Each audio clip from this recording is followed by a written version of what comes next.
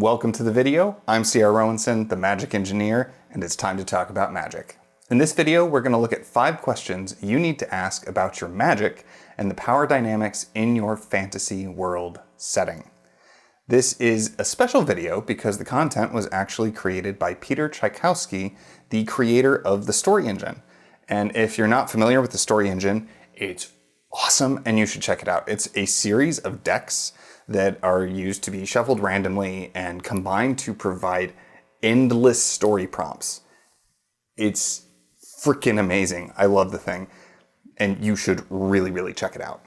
Around the middle of 2021, Peter actually ran a Kickstarter campaign for his next project, which is the Story Engine Deck of Worlds.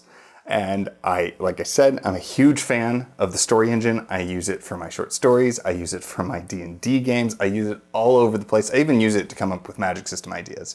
So when I saw he was doing another one, this time specifically for world building, I backed it immediately. The point is, while the campaign was running, I actually ended up having some conversations with Peter, and I wrote a guest article for him and his website, and he ended up writing one for me. So this video, most of the content is coming directly from that article. And you can find that article on my website. I will provide a link in the description below. But that's where this is coming from. There will be some changes that I make to improve the flow and add a little bit of my own 2 cents. But now let's get into those questions. Without any further delay, here are the 5 questions to ask about magic and power dynamics in your fantasy world.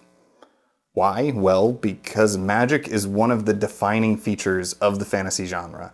It lets writers and readers escape the grind of mundane reality and ask, what if?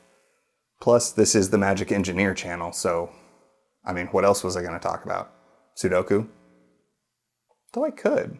For some writers, this means leaning into the escapism of magic, running wild with the ideas that transport us and them into worlds that look and feel nothing like our own. For others, magic gives an opportunity to transmute, reflect, and provide commentary on society and its problems.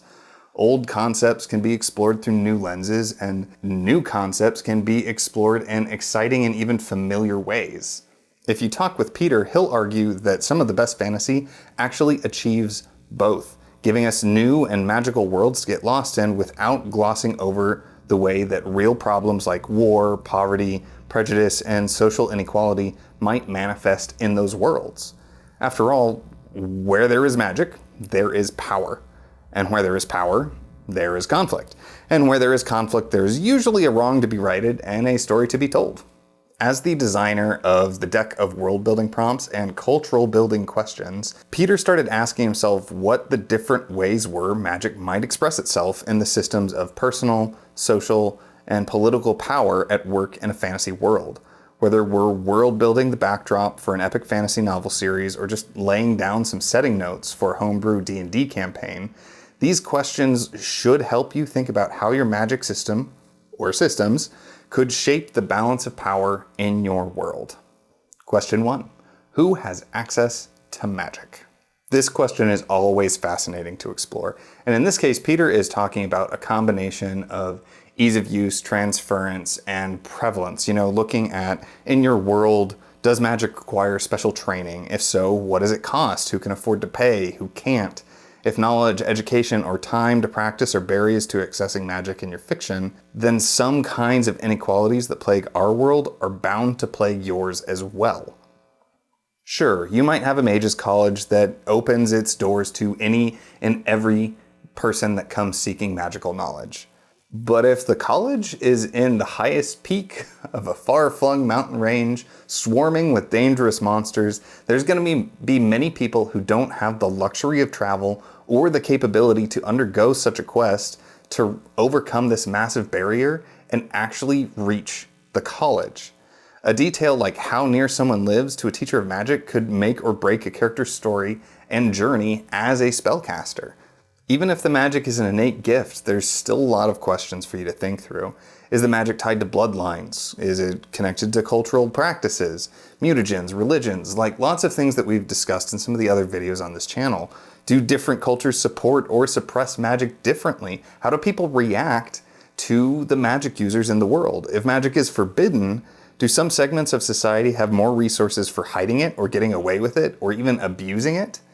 Are there other factions that will wholeheartedly embrace it? If the magic user's services are socially accepted, who can afford them? And this is a point that I particularly like in Peter's article, is it's not just about who has the ability to perform the magic, but who has access to these magic users. If you can perform wizardry as a job, how much do you charge? Are you completely outside the budget of anybody in the lower to middle class and you are only accessible to the highest tier? Or maybe it's the reverse, and the high tier can't give you what you need and there's actually something only provided by the dregs of society and they end up being the only ones you can provide magical service for. There's so many cool things here in terms of secondary levels of access for the magic. It's not just your magic users that Peter's talking about here. And again, one of the most challenging questions comes down to a matter of prevalence. When we think about the people who can freely access magic in your world, do they match the demographics of the rest of the world? If not, what accounts for the gap? Understanding who gets to use the magic in your world is essential to understanding whose interests it represents and what it gets used for. There are larger global and social repercussions of who it is that actually uncovers this magical talent. Question 2. What does magic get used for? I, Clark, have some issues with this question sometimes because I tend to overwhelmingly focus on combat and defense. It's something where I have to push myself to think outside of those areas because that's not all that magic can be used for. And in fact, if that's all you focus on, you're really missing out. In some kinds of world building, magic is bound by specific rules that dictate a narrow range of uses for it. Let's imagine the magic in your world is based around projecting illusions that become fleetingly real through concentrated willpower.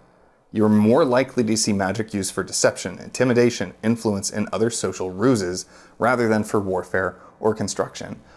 In other magic systems, the magic isn't limited to specific users and can be wielded as a free expression of the mage's willpower.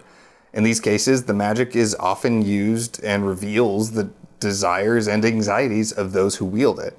In the same way, someone's Google search history can tell you a lot about what they want and who they are. You know, Peter, I almost feel a little personally attacked by that. Okay, I'm a writer, all right? My Google history is going to be messed up. Okay? It's not my fault. I need to know. If one social group has special access to magic, consider how their struggle to maintain power might influence the kind of magic they study and practice. That is so important and so cool to think about. Just knowing how different classes and different people would be using magic to maintain power and how that would direct their study and their training. Good stuff. Good stuff. Question 3. Who or what does the magic replace? This is such a good question because we don't work in a vacuum and so many of our inventions and our advancements came out of necessity, and understanding where magic is going to step in place of certain inventions and certain creations and certain discoveries is really important to understanding how your world is going to be shaped and what it's eventually going to look like. But enough out of me, back to what Peter was saying. The application of magic could radically change the fabric of your world, society, and economy. Consider the plant growth spell, a 3rd level spell in Dungeons & Dragons that can double crop yields over an area equivalent to 509 acres of land for a full year. You might not need to develop industrial agriculture if you have an annual visit from Daria the Druid who can turn your farm into a land of plenty. Heck, you might never bother with even small-scale farming if magic can maintain wild fields and forests rich in forageable foods. Also think about what other industries, technologies, and societal roles might be replaced by magic in your world. Do clerics replace doctors, or are they in fact the same? Or maybe there are some health problems that can't be healed by magic. Understanding the gaps that the magic fills or leaves in your world is crucial to understanding the world itself. Question 4. What is magic's relationship to political power? This is where we get into the guts of power dynamics. Can a magic user become president? It might sound like a silly question, but the rules that allow or forbid the intermingling of magical power and political power will have a huge impact on how the magic shapes the power systems of your world. On one end of the spectrum, you might have worlds where magic users openly hold the highest seat of power.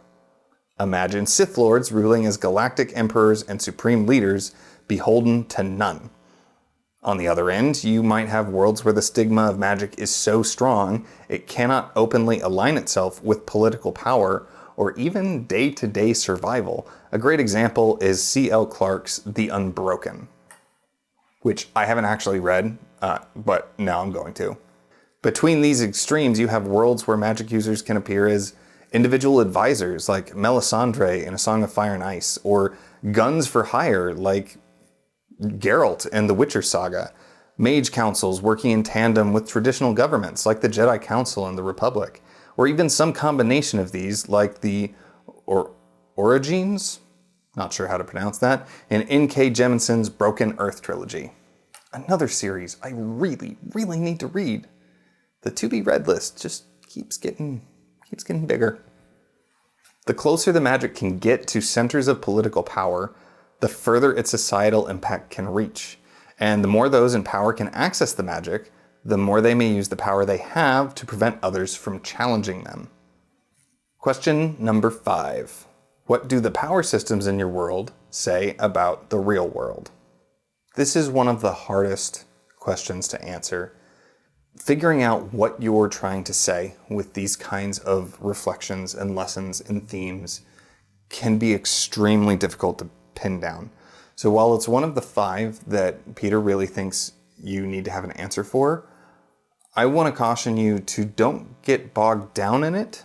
It's something that you want to make sure you understand eventually, but you might not have a good answer for right away. I know I certainly never have a good answer to this when I start a story. It's something I have to figure out after I have a draft or two. So just bear that in mind. Don't be hard on yourself if you're really struggling with this one. Whenever we add an element to our fictional world that differentiates it from the real world, we're essentially asking, what if? What if too much power ended up in too few hands? What if political leaders could bend magic users to do their will? Or what if magic users could bend politicians to do their will? What if true power came with a terrible price? Or worse still, what if it came with none? The answers to those questions don't have to be simple or complete. After all, our understanding of the real world we live in is messy and flawed, so why should our fictional worlds be any different? But even if we don't have the answers, it's important we spend some time sitting with the questions.